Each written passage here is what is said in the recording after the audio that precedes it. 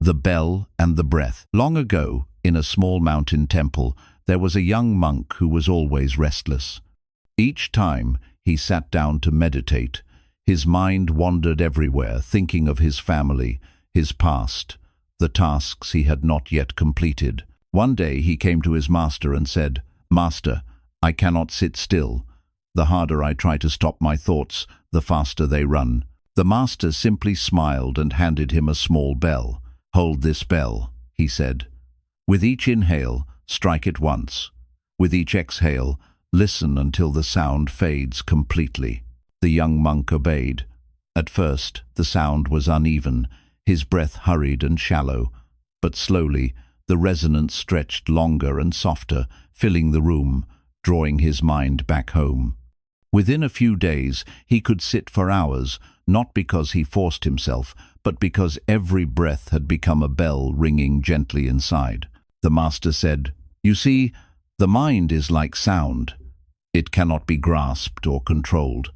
The tighter you hold it, the more chaotic it becomes. But if you simply let it rise, let it fade, it returns on its own to silence." The teaching: our minds are the same. When we are tired, we need not fight to quiet them. Instead, return to the breath like a bell that rings and then dissolves into stillness. Each breath is a moment of release, a gentle letting go. Now you can try it for yourself. Inhale softly, as if striking a bell. Exhale slowly, as if listening to its echo melt into the air, again and again. Story 2. The Bamboo Grove. Long ago, in the courtyard of a monastery, there was a small grove of bamboo. The monks would often sit nearby to meditate, listening to the soft rustle of the leaves in the wind. Among them was a young monk named Anjo, who often felt restless and impatient. One afternoon, as he was sweeping the path, he noticed the bamboo swaying. Some stalks bent deeply under the strong wind, then rose again gracefully. Others that were stiff and rigid cracked and broke. Troubled by his own inner storms, Anjo went to the abbot and asked, "Master, my mind is like the wind. It pushes me here and there. I try to resist it, but I feel like I'm breaking inside." The abbot simply pointed to the bamboo. "Do you see? The bamboo does not resist the wind, it bends. And because it bends, it does not break." Anjo sat quietly and began to watch more carefully. Each sway, each whisper of leaves seemed to remind him, flexibility is strength. The more he let go of his need to control every thought, the more he discovered an inner calm. From then on, whenever Anjo felt overwhelmed, he would sit in the grove, breathing with the bamboo. In the rise and fall of its movements, he found a reflection of his own breath, a rhythm of peace. The lesson of the bamboo is not only about surviving the storms of life, but about discovering a more spacious way of being. Too often, we live as though we must brace against every difficulty, holding ourselves rigid in the face of change. We tighten our bodies, we harden our hearts, and we believe that strength lies in resistance. But true strength is of a different kind. It is supple, it is alive, it bends without breaking. The wind is like our thoughts and emotions. They come with force, unexpected and unstoppable. If you try to resist them, to fight every anxious thought, every surge of anger, every wave of sadness, you exhaust yourself. The harder you hold, the more brittle you become, and like a stiff branch, you risk breaking under the pressure. But if you meet these winds with the heart of bamboo, flexible, willing to sway, you will find they pass through you. They move on, leaving your roots untouched. The abbot's simple pointing was a reminder that life will not always give us calm skies. There will be storms, there will be losses, changes, disappointments. The question is not whether these winds will come, but how we will meet them. When we allow ourselves to bend, we discover that we are not fragile after all. We are resilient because we are not fighting life, we are flowing with it. Every breath you take is an opportunity to practice. With each inhale, feel yourself rooted in the earth, grounded in presence. With each exhale, allow yourself to sway with the winds of thought, the movements of the heart. In this gentle dance, you do not lose yourself. You return, again and again, to the strength of stillness. Story 3.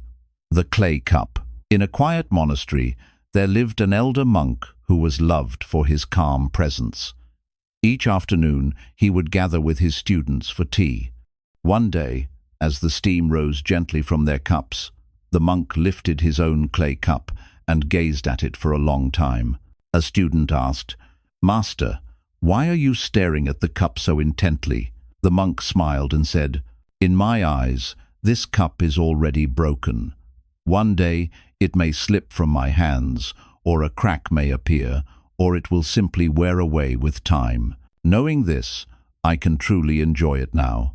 I can feel the warmth of tea in my hands, see the color of its glaze, and taste its offering. I am not afraid of its end, so I am free to love it in this moment." The students sat in silence, letting the words sink in. The cup in their hands suddenly felt more precious, not because it would last forever, but because it would not. The monk's wisdom is a mirror for our own lives. We often cling tightly to the people and things we love, trying to protect them from change. But the truth is, everything is already fragile, already passing. When we forget this, fear and grasping fill our hearts. Yet, when we remember, we are freed. We can love more deeply, without the anxiety of holding on. Impermanence is not a thief, it is a teacher. It whispers, "Cherish this moment, for it will not return."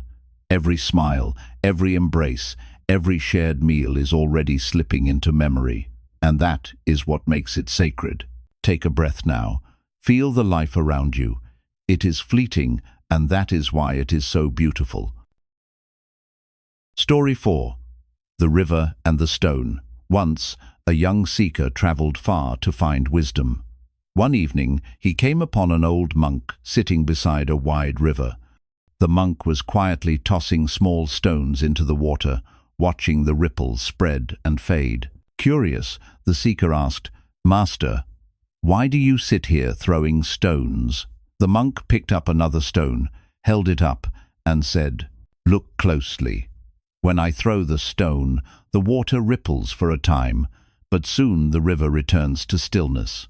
He paused, then continued, "The mind is like this river. When anger, fear, or sorrow arises, it is like a stone dropping into the water. There will be waves. But if you do not stir them further with your resistance, the mind, like the river, will find its way back to calm." The seeker sat quietly, gazing at the water. For the first time, he saw his own restless thoughts reflected in the ripples. And for the first time, he understood that peace was not about stopping the stones from falling, but about trusting the river to settle on its own. We often believe peace means having no disturbances, no stones dropped into our lives. But life will always bring events, unexpected words, sudden losses, challenges we cannot predict. Each one sends ripples across the surface of our hearts.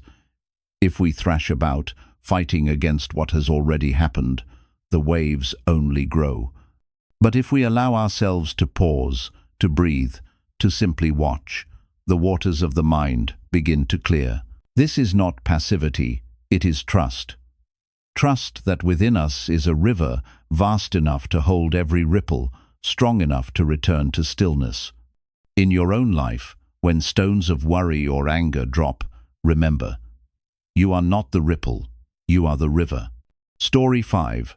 The Lantern in the Dark. Long ago, there was a village often covered in heavy fog. On such nights, the villagers would stumble on the paths, afraid of losing their way. One evening, a traveling monk entered the village, carrying a small lantern. A boy ran up to him and asked, "Sir, your lantern is so small. How can it light the whole road?" The monk knelt down and smiled. "It cannot light the whole road, but it can light the next few steps. And with those steps, I can keep walking." The boy thought for a moment and then asked, But what if the fog never clears?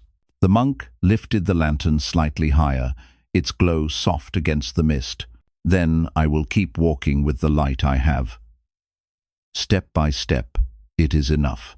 That night, several villagers followed the monk, and though the fog was thick, not one of them lost their way. Often in life, we long for certainty.